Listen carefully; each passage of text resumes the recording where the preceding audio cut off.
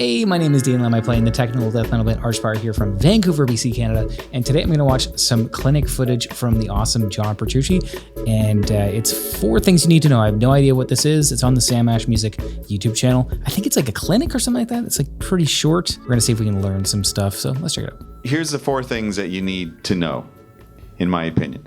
You need to have a basic knowledge of music theory. Basic. In other words, if you're trying to learn a scale, you can certainly do it by ear, but it helps if you know what is in a major scale, what actually makes it up. He seems like a very nice guy. I've never met him. I've seen him a couple times. We see him at the NAMM Music Expo there in Anaheim. I've seen him a couple times, so I've never actually met him. The thing he's talking about, basically trying to learn how scales are made up using intervallic theory. Typically a scale within Western music, most of them have 7 notes, not all, but most of them, the typical ones that you have, they are going to have 7 notes. And so learning the names of all of those 7 notes inside of whichever pitch collection you're trying to figure out, it's important. So you don't have to know crazy music theory, but I think you need to know just a little bit of theory so you understand formulas behind scales and you can speak the language. If somebody says something's chromatic or it's an A melodic minor or something, you should have an idea. Even if you don't have it fully grasped, you need to know that first part. I like how his sideburns don't connect with his beard. And he's got like a very long goatee with a huge mustache and then sideburns that don't connect. It's a unique facial hair experience. Even knowing a pentatonic scale is knowing basic music theory. It's a 5-note scale and you know what the notes are. So that's number 1. Typically, like the first thing you learn on guitar is something kind of like that.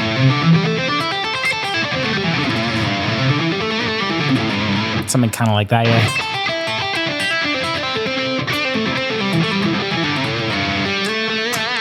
Those scales, those like kind of not quite bluesy yet. You add 1 note, makes it a little bit bluesier. But yeah, I mean, that's fair. It's also the easiest scale to kind of like take and start to improvise over. If you have a simple chord progression, you can put that over a lot of stuff and pretty easily make something sound kind of good.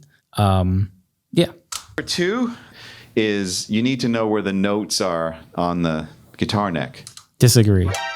I don't actually totally disagree, but I just, I'm not great at it. What I think is important is to learn the low string. So I'm playing an 8-string guitar, so you play like 6-string, your low E string and the A string. Typically, you should memorize the notes on there. And then you also get the high E string as well because you memorized the low E string. All the notes are the same. And then from there, just using octave portals. So being like, okay, well, this is a G, that's a G, that's a G as well. There's a G. So yeah, I mean, getting quick shortcuts like that is important. He's saying you should know the fretboard cold, which is a little scary, but let's see what else I interrupted him. Sorry, John. And how to learn it, or an arpeggio or a chord or whatever. And you know that the notes are A, B, C, D, E, F, G, but you don't know where they actually are on the guitar, then you have a problem, right? So you need to know where the notes are on the guitar. So what I like to do for that is I'll say the names of the notes as I'm playing exercises, and that kind of gets me up to speed. So a little bit of music theory, knowing where the notes are on the guitar. Third is a very guitar-centric thing to know, and it's patterns. Some people like to kind of dismiss that and say, no, I just, I want to be able to improvise freely and not think of the guitar and patterns and stuff. But I think, for me, learning those patterns helps you, unlock that the idea of being able to improvise freely. All right, let's find out the patterns that he has to unlock some of the more basic concepts on guitar. And then the final thing I would say, or maybe not, for guitar, and you guys probably already know this, is that octaves are your friend. When it comes to guitar, it's laid out in such a way that, whatever you play in one part of the neck, you can play in another part of the neck the same exact way. It's just an octave higher, because it's not like you have to learn all these different ways of getting from point A to point B. You have to learn kind of one way, and then it's going to repeat in octaves. I think that's kind of what I was saying before. If you can learn an octave portal, so just being able to find all the... trying to figure out where the notes are from that, it's going to help you with improvisation. Now, I'm not really great at improvising. It's not something I practice very much, but the ability to find your root note wherever you are on the fretboard within like in a short amount of time, yeah, it's definitely helpful. Learn your octaves there, bud. Let's say we're interested in A minor. I am interested in A minor. Oh, that sounded bad, actually. Forget I said that. We're starting really, really simple.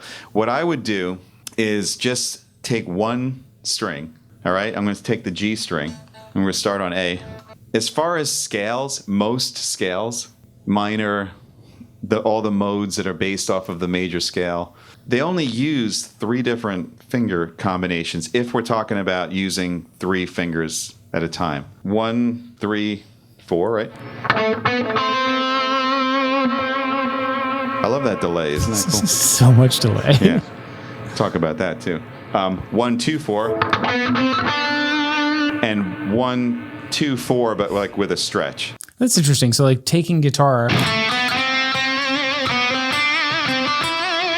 thinking about guitar in the terms of that it really is mostly just those 3 shapes. That is kind of interesting. I never really thought about it. Like if you take a minor scale. So if we did all with 3 notes per string.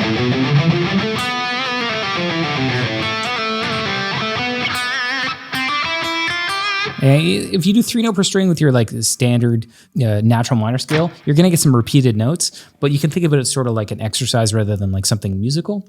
Other than like maybe if you had harmonic minor.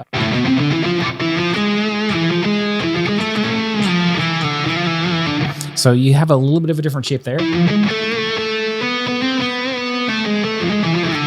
But for the most part, yeah, on guitar, you're not really going to be doing too much stuff other than this if you're using 3 fingers at a time. But as soon as you get a bit more exotic, you're going to run into some kind of weirder shit.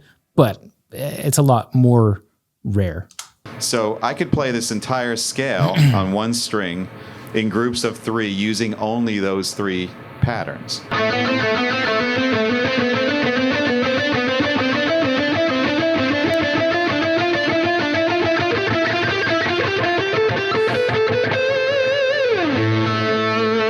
I don't know why you downpick that one a lot. All right. Right? That's the whole scale on one string. Really simple. Like I said before, it applies to so many different scales. Let's say you were doing altered scale.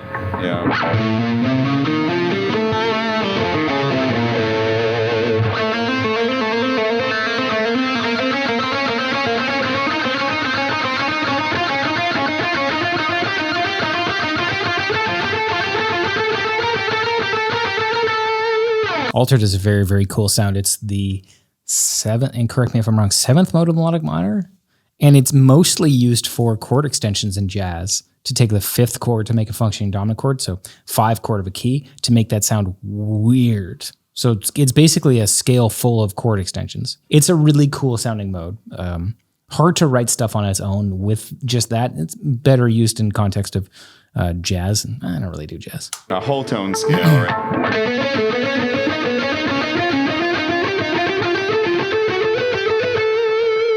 Whole tone is basically my go-to warm-up. Anytime I pick up a guitar, I did that today, actually.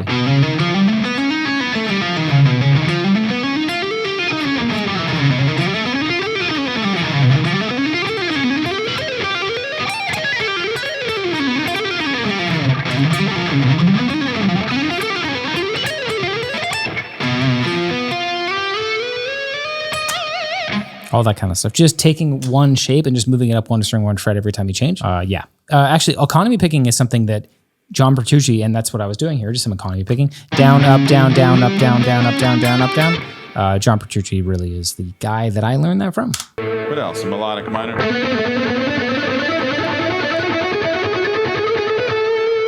A half step, whole step, diminish, like... It's really not that hard to jump from there to full scales. So the same way that scale would exist on the G string, right, like this, it's going to exist on the D string as long as I conform to the notes of the scale.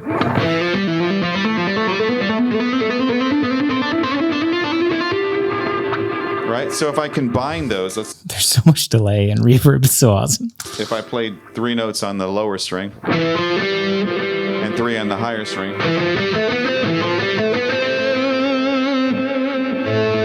all of a sudden I have these groupings of 6 notes. So we're expanding. We almost have a full scale. Okay, let's take a look at his right hand here.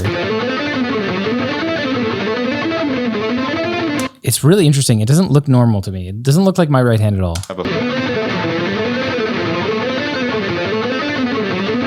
He's doing a bit of two-way pick slanting. Two-way pick slanting is anytime you do this kind of motion here.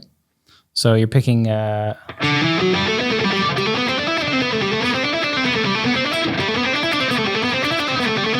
Yeah, I don't know if he's doubling the high note or not. Doubling the high note would definitely make it a little bit easier. So I'm going to slow it down a little bit. You can see the seesaw motion on my right hand.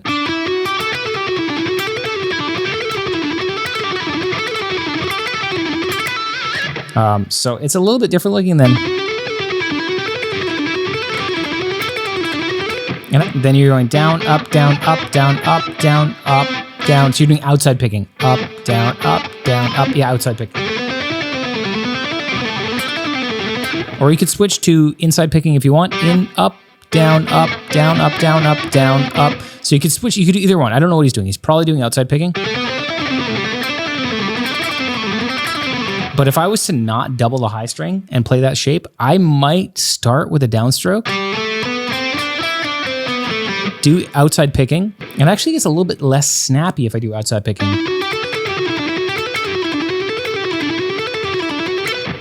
Versus, I don't know if you could tell the difference. I can definitely hear it in the room anyway.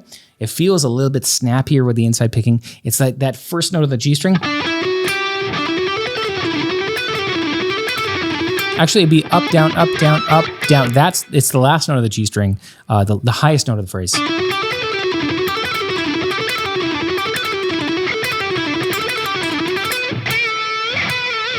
That's the note that really gives me some more snappiness. Yeah, I mean, when you're practicing this kind of stuff, just figure out which one you suck at and practice that one a lot more.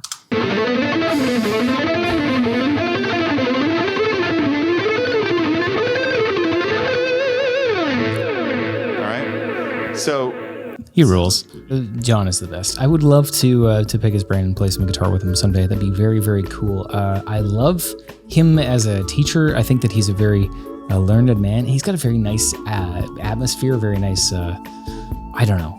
He's got a good vibe. Seems like a nice guy. So that was cool. I like it. Hey, if you're interested in more stuff like this, I do tons of lessons and workout videos over on my Patreon, patreon.com/DeanLam. Go check it out. Thanks.